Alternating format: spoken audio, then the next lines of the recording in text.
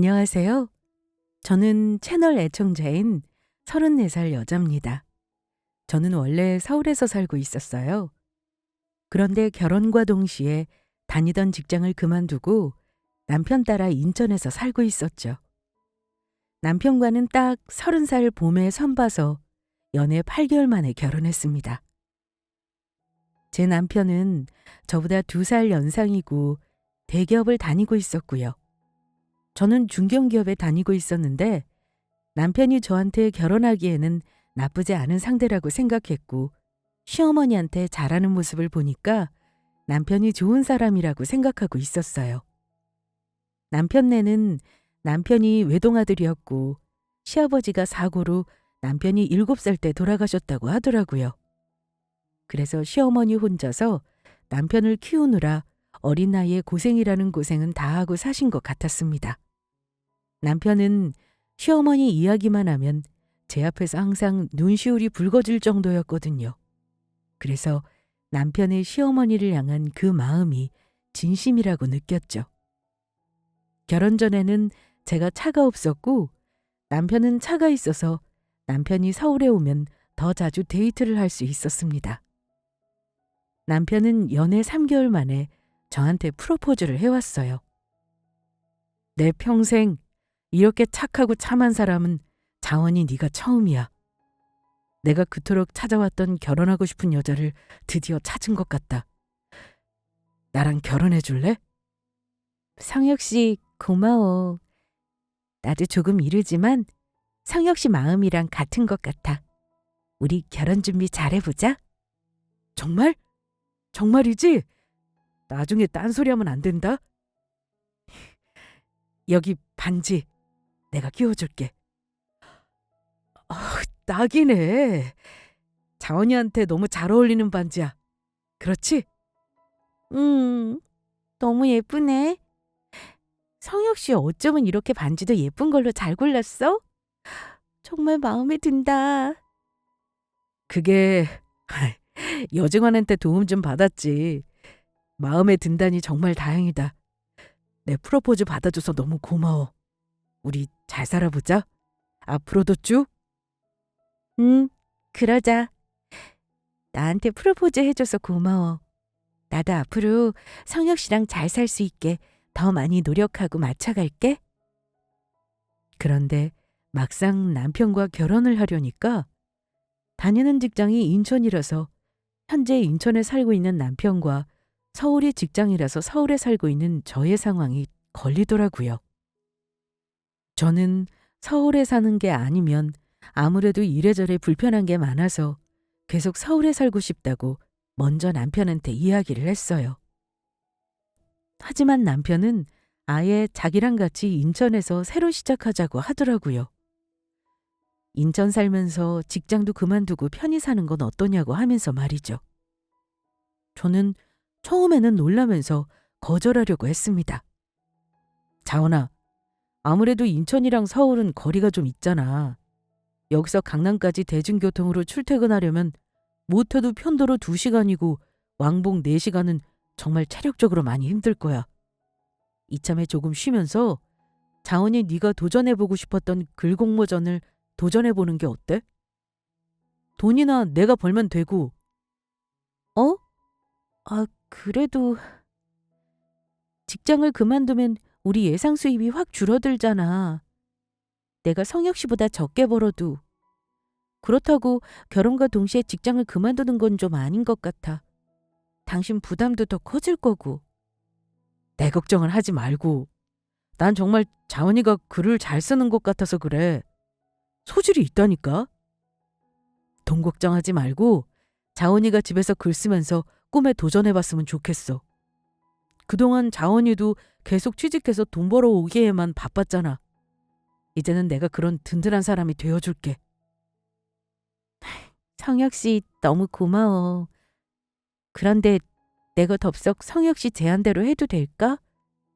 아무래도 좀 그런 것 같은데. 사실 저도 직장을 그만두고 글 공모전에 도전해보는 게 소원이기는 했거든요. 저는 어릴 적부터 글 쓰는 걸 좋아했고 학창시절에 글을 썼다면 항상 상을 받았습니다. 그런데 대학 졸업을 할 때가 되니 현실적으로 글을 써서 돈을 버는 건 쉽지 않은 게 피부로 와닿더라고요. 대학 시절에 도전했던 작가 모집이나 신춘문예 공모전은 전부 입상하지 못했거든요. 그렇게 꿈을 접고 일반 중견기업에 들어가서 열심히 사무직으로 쳇바퀴 굴리듯 살아왔습니다. 그러면서 글에 대한 갈증, 글로 성공하고 싶다는 작가의 꿈은 잊고 살았죠. 그러다가 남편을 만나면서 연애 초반에 꿈이 뭐냐고 묻는 말에 결국 잊고 있던 저의 오랜 꿈, 작가로 살아보고 싶다는 이야기를 꺼내게 되었던 것이었죠. 그런데 그 말을 기억하고 있던 남편이 이렇게 저에게 먼저 작가로 살아볼 기회를 준다고 하는데 너무 고맙고 감동적이더라고요. 하지만 덥석 남편의 제안을 받아들이기에는 망설여졌습니다. 남편한테 너무 받기만 하는 것 같아서 미안한 마음이 들었거든요. 그런데 남편은 이런 제 마음을 알고 그런 건지 모르고 그런 건지 조건이 있다고 하더라고요. 나한테 미안하거나 불편해할 필요는 없어. 대신 조건이 있거든?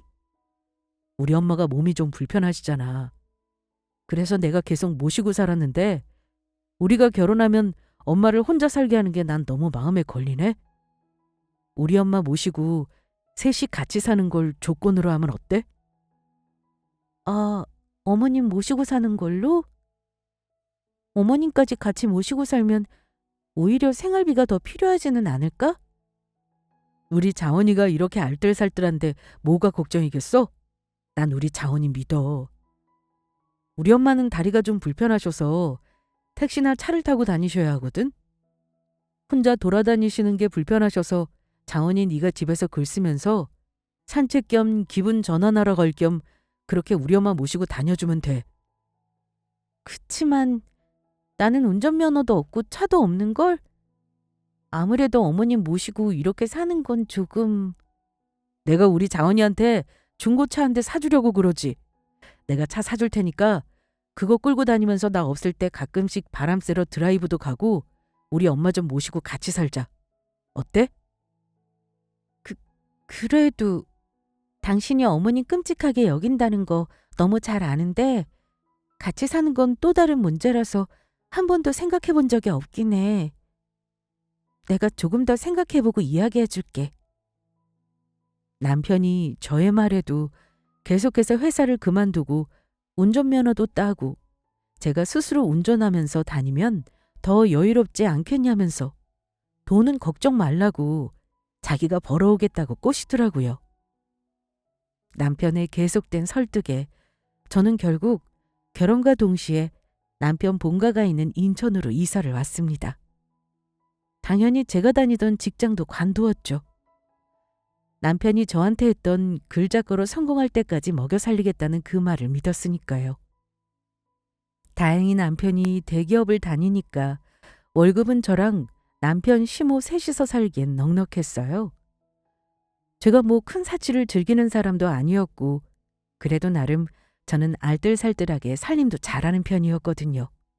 그런데 인천에서 살기 시작하자마자 남편은 저한테 출퇴근하듯 시어머니를 병원에 모시고 가보라고 하기 시작했습니다. 결혼 후 완전 딴 사람이 된 것 같았죠. 심지어 저한테 돈도 안 벌고 자기가 벌어오는 돈으로 생활하면서 그 정도는 해줘야 되는 거 아니냐고 하더라고요. 저는 남편이 갑자기 이런 태도로 저런 말들까지 하자 저한테 이러려고 인천에서 시어머니 모시고 살자고 했나 싶어서 괘씸해가지고 뭐라고 했습니다. 나한테 글 쓰면서 여유롭게 지내라고 하더니 매일 출퇴근하듯이 어머님 모시고 병원을 그렇게 다니라고 하면 언제 글 쓰라는 거야? 이러려고 날 인천에서 살게 한 거야? 그래? 그랬더니 남편은 불쌍한 척을 하면서 이렇게 대답하더라고요. 저도 그 말을 들으니 더 할 말이 없어졌고요. 우리 엄마가 혼자 나 키우느라 평생 고생하시는데 나는 회사에서 돈 벌어야 되잖아. 그래서 이렇게 가족인 내 와이프, 우리 자원이가 나 대신 우리 엄마 돌봐줬으면 해. 아니면 솔직히 내가 어려운 부탁도 아니고 그럼 다시 자원이가 인천에서 서울까지 직장 다닐래? 남편이 저보고 결혼하고 서울 강남 쪽에서 잘 다니던 직장 그만뒀는데 또다시 동인천에서 서울 강남 쪽까지 회사 구해러 다니라는 게 좀 그랬습니다. 그리고 제가 버는 것보다 남편이 벌어오는 게 더 많았으니까 남편 대신 제가 그만큼 벌거나 그럴 수도 없고요. 남편이 불쌍한 눈으로 그렇게 처량하게 저를 쳐다보는데 제가 무슨 불효를 저지르는 사람이 된 것 같더라고요. 그리고 저도 사실 저희 친정엄마가 암으로 고생을 하셔서 집에 아픈 사람이 있으면 가족들이 어떤지 너무 잘 알고 있었거든요. 물론 친정엄마는 완치된 상태여서 괜찮았습니다. 하지만 그런 친정엄마와 달리 시어머니는 다리를 평생 절면서 살아가야 하는 상태였으니까요. 시어머니가 다리를 그렇게 다치시게 된 건 저희 남편을 먹여 살리겠다고 공장에서 닥치시는 대로 일을 하시다가 그렇게 다치게 되셨다고 들었습니다. 그런 사정까지 듣고 나니까 제가 조금 더 여유롭게 마음을 가지고 글 쓰는 것도 천천히 시작하고 남는 시간 쪼개서 쓰거나 그런 식으로 하면 되겠다고 마음을 고쳐먹게 되었어요. 그렇게 제가 시어머니를 제 남편 낳아주신 고마운 분이자 친정 엄마처럼 생각하며 좋은 마음으로 모시자고 결심했고 행동으로 옮겨왔습니다. 저의 걱정과는 달리 다행히도 시어머니는 훨씬 좋은 분이셨고 저와의 궁합도 잘 맞는 분이었어요. 아유, 나 때문에 우리 새아가가 괜히 고생하는 것 같아서 미안해서 어쩌니. 요즘 세상엔 누가 시어머니 모시고 산다고. 우리 아들은 무슨 복인지 몰라. 어머님이 워낙 좋으신 분이니까 가능한 거죠. 저는 절대 못 해냈을 것 같아요. 어떻게 저희 남편을 그 어린 나이에 혼자 이렇게 훌륭하게 잘 키워내셨어요? 앞으로도 제가 살뜰히 모실게요. 고맙다, 새아가. 내가 덜 아파야 네가 덜 고생할 텐데. 어머님, 그런 말씀 마세요. 저희 친정엄마도 암으로 투병하실 때 늘 그 소리를 입에 달고 사셨어요. 그런데 그런 생각보다 행복하고 기쁜 생각을 많이 해야 빨리 나으시더라고요. 그래서 이제부터 어머님 가고 싶은 곳, 먹고 싶은 거 있으시면 말씀만 하세요. 우리 남편이 벌어오는 걸로 행복하게 잘 지내보자고요. 말만 들어도 고맙다. 이런 딸 같은 며느리가 세상에 또 어디 있겠니? 정말 우리 아들이 자원이 너를 놓치면 안 된다고 얼마나 그랬었는지 이제 더 알 것 같구나. 우리 아들이랑 결혼해줘서 정말 고맙다. 저야말로 착하고 효도하는 성혁 씨 이렇게 잘 키워주셔서 감사하죠. 제가 작가로서의 꿈도 꾸게 해준 정말 멋진 사람이니까요. 제가 더 잘할게요, 어머님. 남편과는 별개로 저와 시어머니의 사이는 전혀 문제가 없었습니다. 오히려 남편과 저 사이보다 더 좋았다고 할 수 있을 정도였어요. 그런데 결혼하고 얼마 안 되었을 때부터 남편이 야근을 점점 많이 하더니 한 번은 조금 대놓고 힘든 티를 내더라고요. 제가 남편이 피곤하다고 지금 바로 씻으러 간다고 하길래 옷을 가져다 주겠다고 하면서 방에 갔는데 화들짝 놀라면서 갑자기 화를 내는 겁니다. 당신은 왜 이렇게 막무가내야? 나도 프라이버시가 있는 거야. 당장 나가. 나가라고. 뭐? 알았어. 미안. 난리치면서 나가라는 남편의 말에 처음에 저는 너무 당황스러웠습니다. 생각해보니까 제가 뭘 잘못한 것도 아니고 아무리 피곤해도 그렇지. 저한테 너무 막대하는 건 오히려 남편인 것 같아서 뭐라고 하려다가 그래도 밖에 나가서 열심히 돈 벌어오는 남편이 오늘따라 예민했던 건가 하면서 넘겼습니다. 이후로도 남편은 야근하는 일이 점점 더 잦아졌어요. 그렇게 시어머니를 모시고 산 지 벌써 시간이 흘러 4년 차가 되었습니다. 그 사이 저는 남편과 아이를 가지려고 갖은 노력을 다했지만 이상하게도 아이는 생기지 않았습니다. 남편에게 혹시 문제가 있는 건 아닐까 의심이 되긴 했지만 날이 갈수록 일이 많아서 종종 야근까지 하는 남편에게 불임검사까지 받으라고 하긴 애매하더라고요. 그래서 그냥 저도 아이는 신의 영역인가 보다 하고 반은 포기한 상태였고요. 사실 이대로도 충분히 행복하고 요즘은 꼭 아이가 없어도 잘 사는 딩크족도 많았으니까 굳이 연연해하지 않으려고 했습니다. 시어머니와 4년 동안 같이 살다 보니 당연히 처음보다 사이가 더욱 돈독해졌고 지나가던 사람들이 엄마랑 딸이냐고 사이가 너무 좋아 보인다고 그런 말을 많이 들을 정도였어요.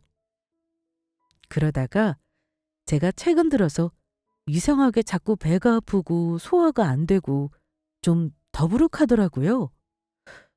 그런데 남편은 하도 야근하고 집에 붙어 있지를 않으니 이런 제 상황도 몰랐고 걱정해 주시는 건 시어머니뿐이었습니다.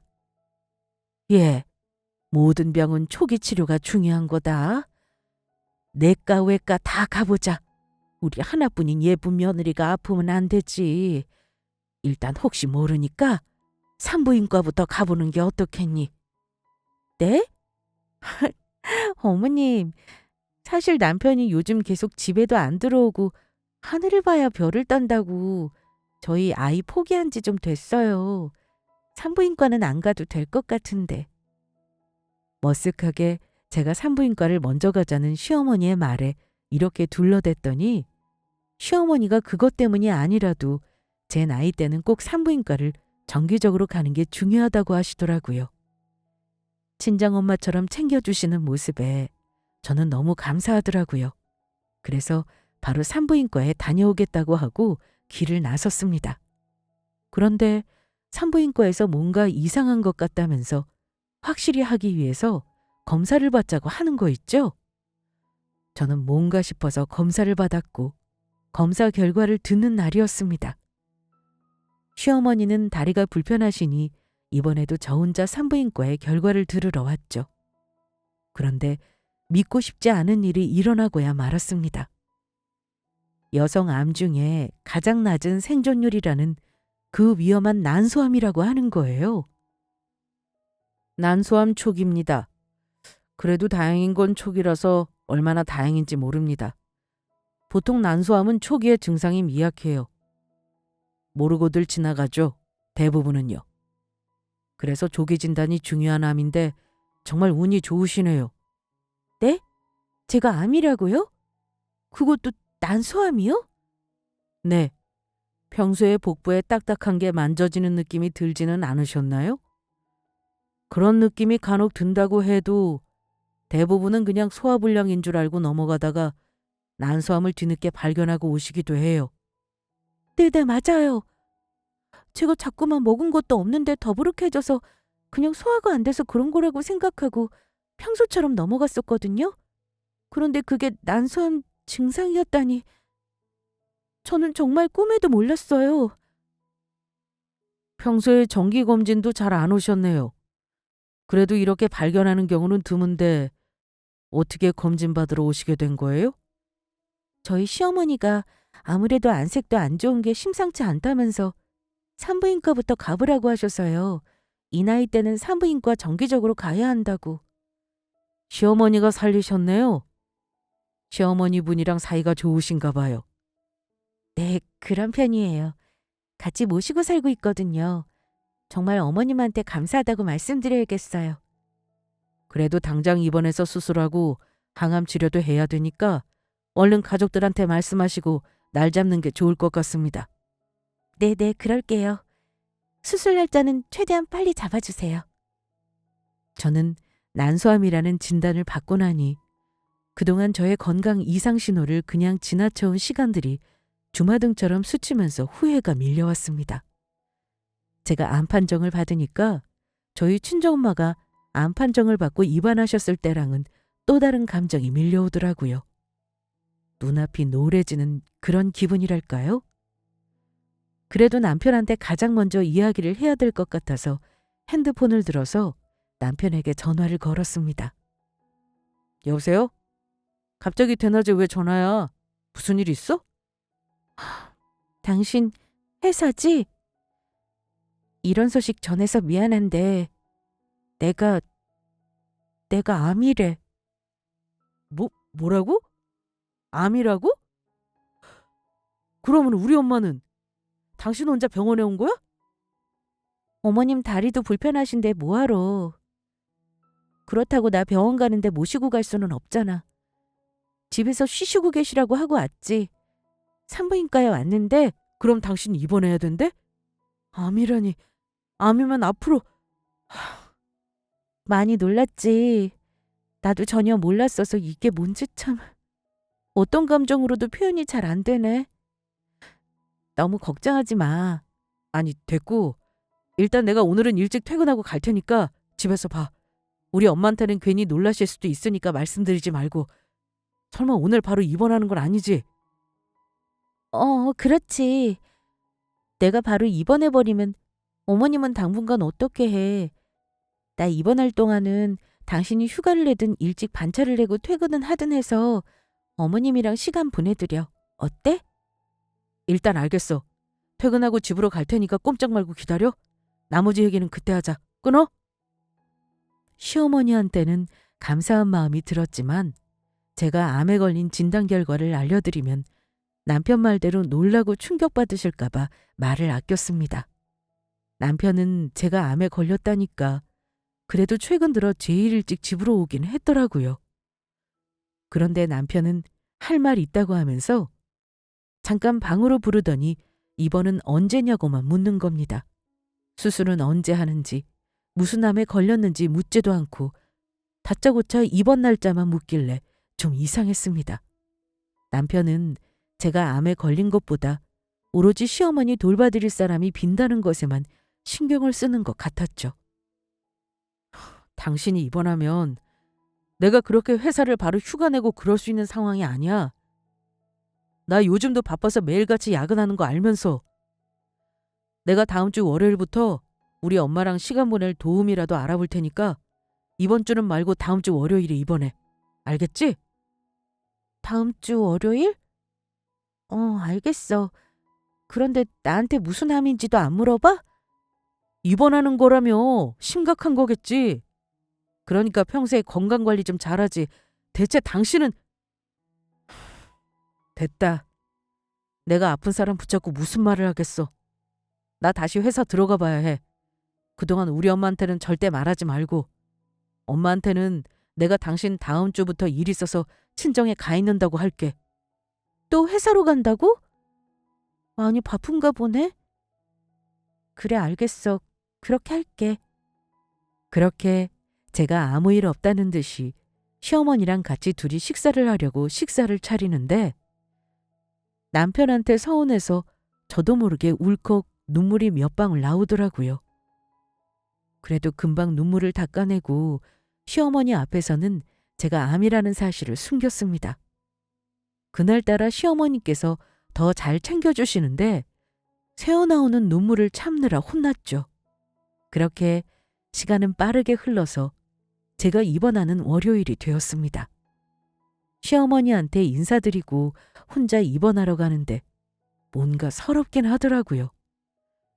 그래도 얼른 수술받고 이겨내야 다음도 있다는 생각에 힘을 내서 입원 수속을 밟았습니다. 그런데 제가 암 때문에 입원해 있으니까 남편이 제 얼굴에 이혼 소장을 들이밀더라고요. 이게 뭐야? 나 오늘 입원했어. 당신 말대로 어머님한테 암 걸린 거 말씀도 못 드리고 나왔다고. 보면 몰라? 이혼 소장이잖아. 도장만 찍으면 돼. 네가 아파서 우리 엄마도 못 모시게 생겼는데 내가 굳이 너랑 살 이유 없잖아. 4년이면 그래도 오래 참았다. 나도 이제 새 살림 차려야지. 이혼하자. 뭐라고? 이혼? 내가 암이라고 하니까 바로 날 버릴 생각을 한 거야? 그래? 네가 그러고도 사람이냐? 사람이냐고! 나 딴 여자 있다. 그러니까 그냥 이혼하자. 뭐가 이렇게 당당해? 네가 뭐 잘한 게 있어? 나한테 이대로 맨입으로 이혼해달라고? 미쳤냐? 내가 왜 그래야 되는데? 4년에 대한 보상이라도 받아야겠다 뭐 이거냐? 그래, 우리 시댁집 너 가져라. 어차피 우리 엄마는 다른 곳에서 사시게 될 테니까. 그러니까 네가 암에 걸리지를 말던가. 암 걸려서 우리 엄마 모시는 것도 못하는 주제 말이 많아. 제가 결혼 후 4년 동안 열심히 시어머니를 모시는 사이에 남편은 신나게 바람을 피우고 있었거든요. 그런데 제가 암이라서 시어머니를 못 모시게 되자 바로 태도 돌변하는 남편이 너무나도 괘씸했습니다. 열심히 시어머니 모시고 살아온 대가가 남편에게 버림받는 최후라니 너무 착잡했죠. 사실은 제가 암이든 말든 상관없이 남편한테 먼저 이혼 선언하고 버려버려야 했던 건 저였으니까요.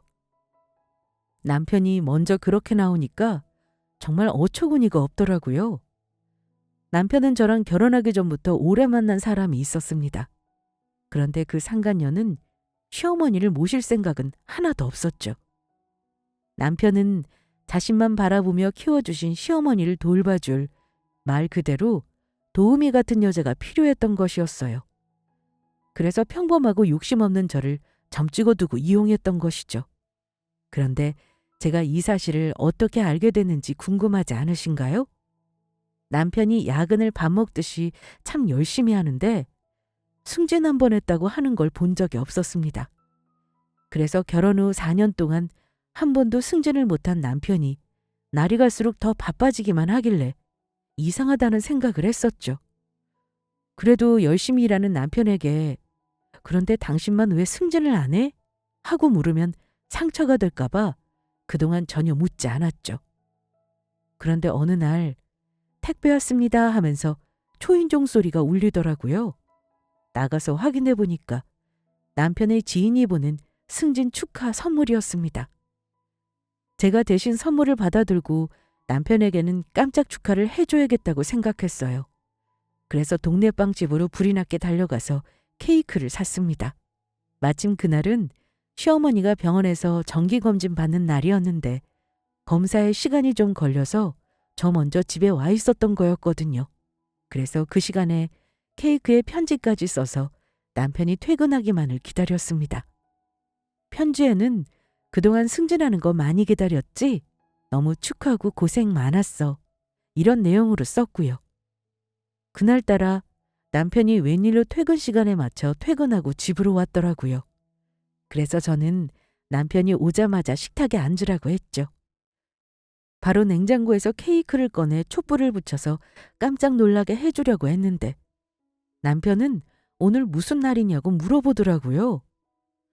순간 제가 내민 편지를 보고는 남편의 표정이 굳는 걸 보고 말았죠. 남편이 정색하면서 이렇게 저한테 되묻더라고요. 당신이 내가 승진한 것도 어떻게 알았어? 당신 집에서 우리 엄마 나 잘 봐달라고 그렇게 말했는데 설마 나 뒷조사하니? 뭐?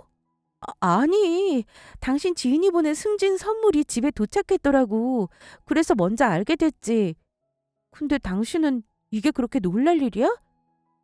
얼른 케이크에 초나 불어. 얼른. 남편이 후하고 케이크 위 촛불을 불자마자 저는 남편에게 솔직히 털어놓으라고 나지막히 말했습니다. 그랬더니 남편은 갑자기 무슨 얘기를 하라는 거냐면서 잡아떼더라고요. 그래서 저는 남편의 지인이 보냈다는 그 승진 편지를 다시 한번 읽어주었어요. 축하합니다. 4년 전에 대리로 동기 중에는 제일 먼저 승진하시더니 이번 승진에서는 과장이 되셨다죠? 축하의 의미로 보냅니다. 지수. 그런데 이 지수는 대체 누구야? 4년 전이면 나랑 결혼했을 때인데 왜 그때 나한테 대리로 승진한 거 얘기 안 한 건데? 그동안 날 속인 거야? 대체 왜? 그럼 대리로 승진해서 오른 월급은 어디다 썼고? 이 지수한테 썼냐? 똑바로 말해. 제가 남편을 편지 내용을 토대로 막 다그치자 그제서야 남편이 뭔가 캥기는 게 있었는지 잘못했다고 했습니다. 그러면서 지수는 거래처 직원이고 워낙 이런 걸 잘 챙겨주는 친구라서 서로 승진 소식이 있을 때마다 이런 축하 인사를 주고받는 그런 각별한 남직원이라고 하더라고요. 그런데 저는 그 지수라는 이름이 낯설지 않았어요. 남편이 잠든 틈에 남편의 핸드폰을 보니까 딱 알겠더라고요. 결혼 초반에 야근이 잦아져서 바로 남편이 피곤하다며 씻으러 갔을 때 옷 가져다 주겠다고 들어가니까 불같이 화를 냈던 게 바로 이 지수라는 사람한테 카톡이 온 핸드폰을 제가 볼까 봐 그런 거였거든요. 방 서랍위에 남편의 핸드폰이 올라와 있었는데 제가 방에 들어서자마자 카톡 소리가 났고 폰 화면에 지수라고 떴었던 게 생각이 났습니다. 지수는 남편의 오랜 상간녀의 이름이었고 심지어 같은 직장 동료였어요.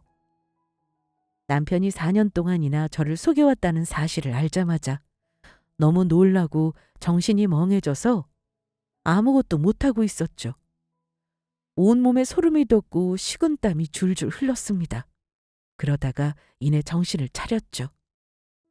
이대로 당하고만은 있을 수가 없다고 생각했고 저도 천천히 증거를 모아야겠다고 결심했습니다.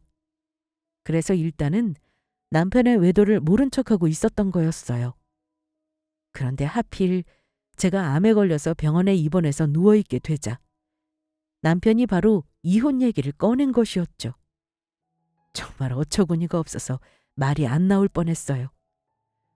남편이 저한테 4년이면 오래 참았다면서 이제 새 살림 차리겠다고 하니까 저는 참았던 눈물이 폭포수처럼 쏟아졌습니다. 제가 오열하면서 남편한테 상간녀와의 사이를 알고 있다고 얘기했어요. 나 사실 다 알고 있었어. 그 상간녀랑 도대체 언제부터야? 언제부터냐고! 내가 결혼하고 초반부터도 지수라는 그 이름 봤었어. 바른 대로 말해, 얼른! 뭐? 다 알고 있었어? 그런데도 넌 나랑 계속 한 집에 살고 싶었냐? 정말 너도 징하다 징해. 근데 이걸 어떡하냐? 너보다 더 오래됐는데. 이 쓰레기 새끼. 그럼 나랑 대체 왜 결혼한 건데? 내가 착해서? 아님 너희 엄마 봐드릴 그런 착한 도우미가 필요해서? 아니, 우리 지수가 죽어도 시어머니 모시고 살긴 싫다고 하는데 어떻게 하냐? 그리고 그동안 내 월급으로 잘 먹고 잘 자고 떵떵거리면서 살지 않았냐? 그러니까 왜 아프고 그래? 암 걸렸으니 낫는 건 고사하고 앞으로 우리 엄마 모시는 건 불가능할 텐데 내가 왜 널 거두겠냐? 상황 파악된 것 같은데 이제 슬슬 이혼 도장 찍지 그래? 그래, 이혼하자, 이혼해! 약속한 대로 시댁집은 내 명의로 당장 변경해. 너 같은 거 이제 지긋지긋해서 못 살겠다. 차라리 안 보고 영 끊는 게 낫겠어. 이러다 내 병만 도지겠다. 그래, 정말 잘 생각했어. 이렇게 이혼 도장 찍으면 서로 깔끔하고 더 험한 꼴 볼 일도 없고 얼마나 좋아. 그럼 수고. 암투병 혼자 잘해라. 우리 엄마한테는 앞으로 연락하지 말고. 그래, 이혼해줄 테니까. 자, 이거 가지고 꺼져. 꺼져버리려고! 결국 제가 남편이 들고 온 이혼 소장에 이혼 도장을 찍어줬습니다. 남편한테는 저랑 시어머니랑 셋이 살던 그 시댁집을 받는 것으로 위자료는 마무리하기로 했죠. 물론 이것만 받고 끝이라는 생각은 아니었습니다. 일단 난소암부터 치료하고 그 다음을 기약하기로 한 것이죠. 그런데 그때는 몰랐던 정말 상상도 못한 대반전이 일어났어요. 이혼하고 저는 병원에서 혼자 암수술을 하고 투병을 하고 있었는데 반가운 얼굴이 찾아온 것이었습니다. 저는 너무 놀라고 반가워서 아픈 몸을 일으켜 세웠어요. 아이고, 아니야. 일어날 필요 없다. 이혼 소식 들었어. 아무리 생각해도 내가 아들을 잘못 키운 것 같다. 정말 미안하구나. 몸은 어떠니? 어머님, 여기는 어떻게 알고 이렇게 찾아오셨어요? 다리도 불편하신데. 제가 챙겨드렸어야 했는데. 저도 병원에 입원해 있는 신세라 정말 죄송해요. 우리 며느리가 병원에서 암수술하고 이렇게 투병 생활하고 있는데 4년 동안이나 날 친엄마처럼 챙겨준 우리 딸 같은 며느리를 모른 척할 수는 없지. 그럼 내가 알고도 안 왔겠냐? 아들놈 정리하고 그러고 오는 길이다.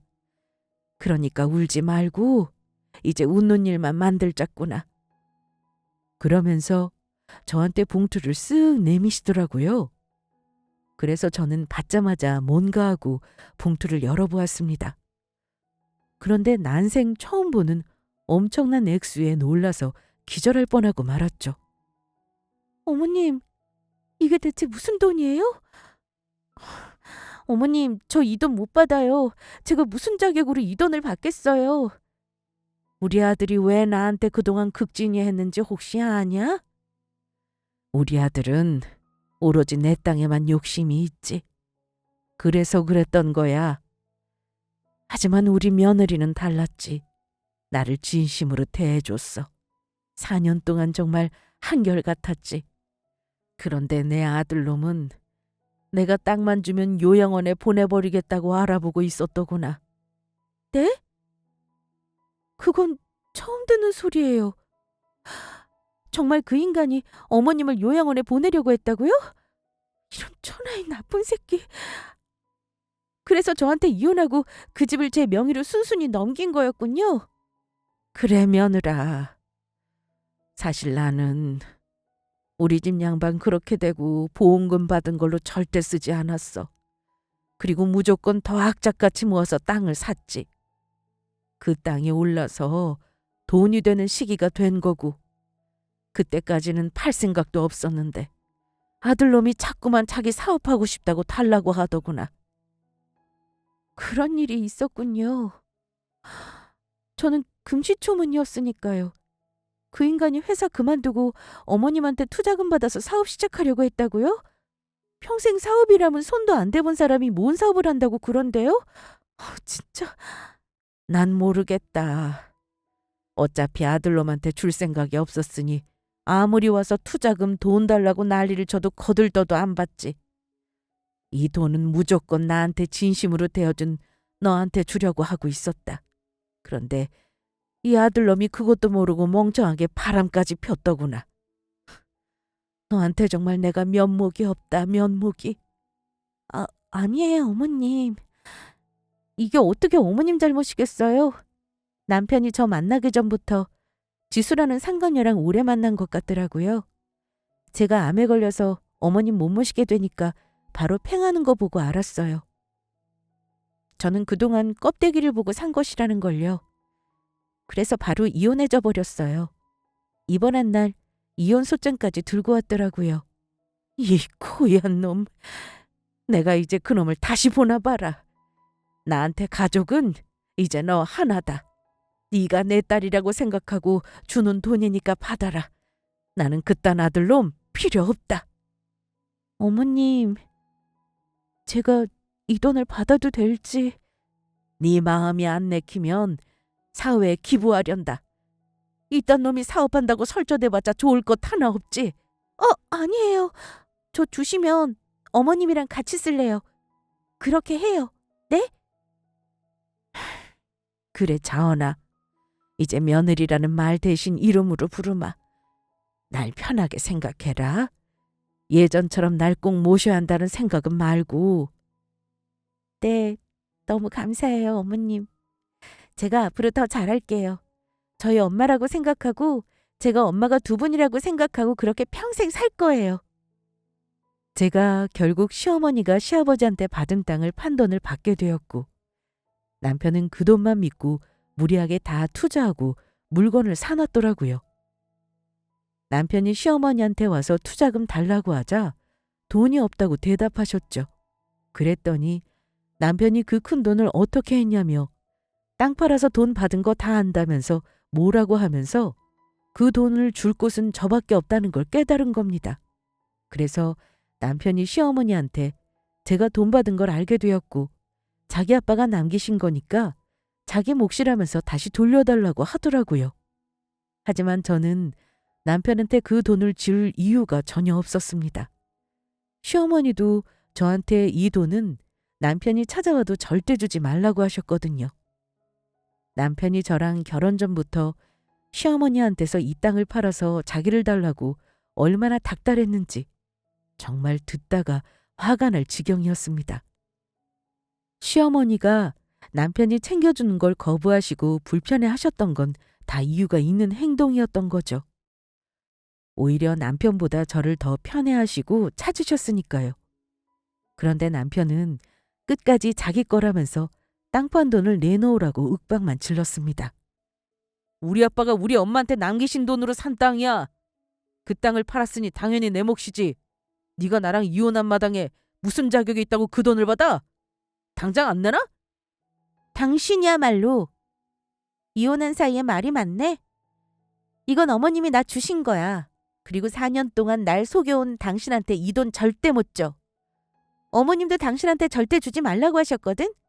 게다가 너 이 불효자 새끼야. 어머님을 요양원에 보낼 생각이었다며?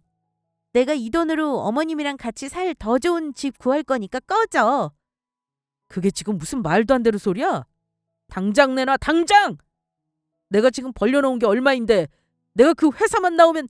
당신이랑 바람난 상관요. 같은 회사잖아. 어떻게 해줄까? 당신 회사에 당신 바람피고 월급 빼돌린 거 다 소문나게 해줘? 아, 회사 나올 거라고 했지? 그런데 사업자금 없어서 어떻게 나간다고 그래? 뭐야? 너 그걸 어떻게 한 거야? 어? 정말 우리 뒷조사라도 한 거야? 그래? 그러면 내가 아직도 모를 줄 알았어? 심지어 네 상간녀도 유부녀잖아. 잘 사는 집 딸이던데. 그리고 그 상간녀 남편도 너랑 같은 회사 사람이더라? 아, 이 재밌는 사실은 나만 알고 있으면 안 되겠지? 아, 안 돼. 안 돼. 어떻게 한 거야? 진짜. 일단 내가 잘못했어. 그 지수는 아무 잘못 없으니까 괜히 끌어들이지 말고 이 진흙탕 싸움은 우리끼리 해결하자. 그래야지. 당사자는 우리 둘이잖아. 왜? 그 상간녀도 당사자지. 제3자는 아니지 않나? 아무튼 네가 사업하려고 한 것도 결국 그 상간녀랑 더 자유롭게 만나보려고 한 것 같은데 어림도 없지. 네 사업 자금은 내가 쥐고 있고 상간녀도 상간녀 남편도 너도 계속 같은 회사 다니면서 내가 언제 니들 소문 퍼뜨릴지 기대하고 있으라고. 저는 남편과 이혼하기 전에 이미 남편이 회사 사람이랑 불륜을 저지르고 있는 걸 알았잖아요. 그래서 그동안 탐정을 시켜서 증거를 모으고 있었습니다. 그렇게 모은 증거로 원래는 남편한테 이혼하자고 할 작정이었거든요. 남편과 바람핀 상간녀가 유부녀라는 것, 그리고 그 상간녀의 남편도 제 남편과 같은 회사 동기라는 건 증거를 모으다가 알게 된 사실이었습니다. 그런데 제가 암에 걸려서 병원에 입원하자마자 이혼 소장을 들고 와서 도장 찍으라는 남편을 보니 도저히 안 되겠어서 그냥 아예 한시라도 빨리 연을 끊어야겠다고 생각했던 것이었죠. 제가 남편에게 회사 사람들에게 알리겠다고 협박하자 바로 알겠다면서 제발 회사에만은 알리지 말아달라고 사정을 하기 시작했습니다. 제발 부탁이야. 내가 다 잘못했어. 당신 암 걸리자마자 이혼 얘기 꺼낸 것도 그렇고 그동안 당신 속이고 지수랑 만나온 것도 그렇고 다 잘못했어. 잘못했다고. 그러니까 나한테 이러지 마. 어? 내가 왜? 너랑 나 이제 아무 상관도 없는 사람이잖아. 내가 왜 너 같은 놈 얘기를 들어줘야 할까? 나는 계속 너희 어머님 모시고 살 거야. 너보다 내가 더 자식 같고 좋으시다잖아. 이만큼 나한테 지원을 해주시는데 엄마 2명 생긴 셈 치지 뭐. 처음에 네가 어머님 모시고 살자고 했을 때부터 난 엄마 둘이라고 생각해서 아무 문제 없거든? 그러니까 나랑 어머님 인생에서 빨리 꺼져라. 아니, 엄마는 왜 내가 아니라 너야? 진짜 어이가 없네. 내가 친아들인데 진짜 이건 말도 안 되잖아. 내 사업자금은 그럼 날 한 푼도 안 주겠다고? 시끄럽다. 소문나고 싶어서 그러냐? 이 상황 알아들었으면 끄덕이고 빨리 꺼져줄래? 네 그 더러운 낯짝 쳐다보기 역겹거든? 알겠어. 알겠다고. 이제 지수한테 뭐라고 하냐고 난. 결국 퇴사도 못하고 사업 벌려놓는 건 어쩌라고. 나 갈 테니까 소문은 내지 마라. 약속했다. 너 하기에 달렸지. 허튼 수작 부리면 바로 소문낼 거니까 각오해라. 행동 똑바로 하고 다신 내 눈앞에 나타나지 말고! 저는 그렇게 남편과 이혼한 후로 시어머니께서 찾아와 땅을 판 돈도 쥐어주시고 사과하시면서 저한테 아들보다 더 소중하다고 해주셔서 정말 큰 힘을 얻었습니다. 난소암 초기에 발견해서 다행히 바로 수술을 한 것도 시어머니 덕분이었잖아요. 그렇게 수술 마치고 투병 생활 잘 견디고 나니까 저의 암이 극적으로 치유가 되었습니다. 남편은 버려버리고 저는 시어머니랑 딸과 엄마처럼 잘 살아가고 있습니다. 늘 그래왔듯이 똑같이 말이죠. 한 가지 바뀐 게 있다면 저희 친정엄마, 친정아빠랑도 더 자주 본달까요? 시어머니가 남편을 버리고 저한테 유일한 재산인 땅 판 돈을 주셨다는 걸 듣고는 세 분이서 사이가 더욱 돈독해지셨거든요. 저는 그 돈으로 더 크고 좋은 차를 사서 저희 친정 부모님이랑 시어머니 모시고 이렇게 넷이서 자주 드라이브도 가고 한우도 먹으러 가고 꽃놀이도 가고 한답니다. 반면에 남편 놈은 완전히 말 그대로 망해버렸어요. 지수라는 그 상간녀는 알고 보니까 남편 말고도 또 바람피는 젊은 남자가 있었더라고요. 부자라서 이 남자 저 남자 가져도 성에 안 차는 건지 뭔지 잘 모르겠는데요. 정말 더럽고 역겨운데 남편이 당했다니까 쌤통인 마음도 들고 참 이상하더라고요. 그래서 남편이 상간녀한테 버림받고 사업한다고 벌려놓은 물건들이랑 이런 거 해결하느라 대출까지 받아서 열심히 회사 일해서 갚고 있다고 들었습니다. 상간녀한테 대차게 까이고 버림받으니까 이제 와서 저한테 자기가 지난 날을 반성한다면서 자기 한 번만 다시 받아주면 잘하겠다고 하는 거 있죠? 그래서 제가 시어머니한테 여쭤봤더니 그놈은 사람 새끼도 아니라면서 절대 받아주면 안 된다고 오히려 말리시더라고요. 시어머니가 정말 남편보다 더 제 편이 맞는 게 분명하죠? 남편은 그렇게 혼자 회사나 겨우 다니면서 빚 갚으면서 그렇게 혼자 외롭게 늙어갈 겁니다. 그러니까 왜 바람이라는 걸 피우고 아무 상관도 없는 저를 끌어들여서 사랑 없는 결혼을 하고 사람을 속이고 했는지. 남편이 벌 받는 거 전혀 불쌍하지 않고 오히려 응당받아야 하는 벌이라고 생각해요. 오죽하면 저희 시어머니도 저를 더 찾으시고 저한테 면목 없다고 하셨겠어요?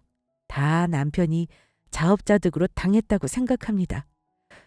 그래서 이제는 남편 생각 안 하고 오로지 저랑 저희 친정 부모님이랑 시어머니랑 더 행복할 궁리만 하려고요.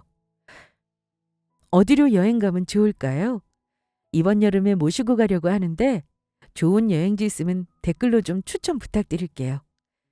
지금까지 저의 이야기를 끝까지 잘 들어주셔서 너무너무 감사합니다. 여러분들의 앞날에 기쁘고 행복한 일들만 가득하실 거예요. 감사합니다.